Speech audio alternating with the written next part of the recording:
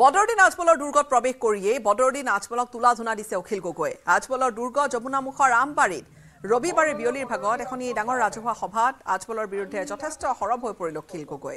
অখিল গগৈৰ গৰ্জন অসমৰ ৰাজনীতিৰ পৰা বদৰুদ্দিন আজমলক হেদিব লাগিব বুলি মন্তব্য কৰি মুখ্যমন্ত্ৰীকো তীব্ৰ কটাক্ষ কৰিছে অখিল গগৈ। আজমলে শিক্ষা আৰু স্বাস্থ্যৰ নামত সেৱা নহয় বেপাৰহে কৰিছে বুলি মন্তব্য অখিল গগৈৰ।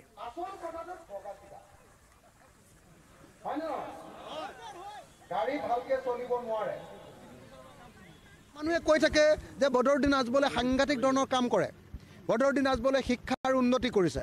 মই ইয়াত আহিহে গম পালোঁ যে বদৰুদ্দিন আজমলে ইয়াত শিক্ষাৰ বেপাৰহে কৰে। মই ইয়াত আহিহে গম পালোঁ যে বদৰুদ্দিন আজমলে কাকো ফ্ৰীকে ট্ৰিটমেণ্ট নকৰে। এজন দুজনক যদি ফ্ৰীকে ট্ৰিটমেণ্টো কৰে, বেছিভাগ মানুহৰ পৰা লুণ্ঠনহে কৰে। গতিকে বদৰুদ্দিন আজমলে শিক্ষাক বেপাৰ কৰিছে, বদৰুদ্দিন আজমলে স্বাস্থ্যখণ্ডক বেপাৰ কৰিছে, বদৰুদ্দিন আজমলে সেৱা কৰা নাই। গতিকে বদৰুদ্দিন আজমলৰ পৰা একো পোৱা নাই।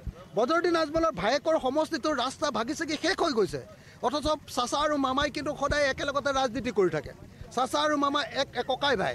গতিকে এনেকুৱা পৰিস্থিতিত মই স্পষ্টকৈ ক'ব খুজিছোঁ, যদি অসমক বচাব লাগে তেতিয়াহ'লে বদৰুদ্দিন আজমলক ৰাজনীতিৰ পৰা বিদায় দিব লাগিব।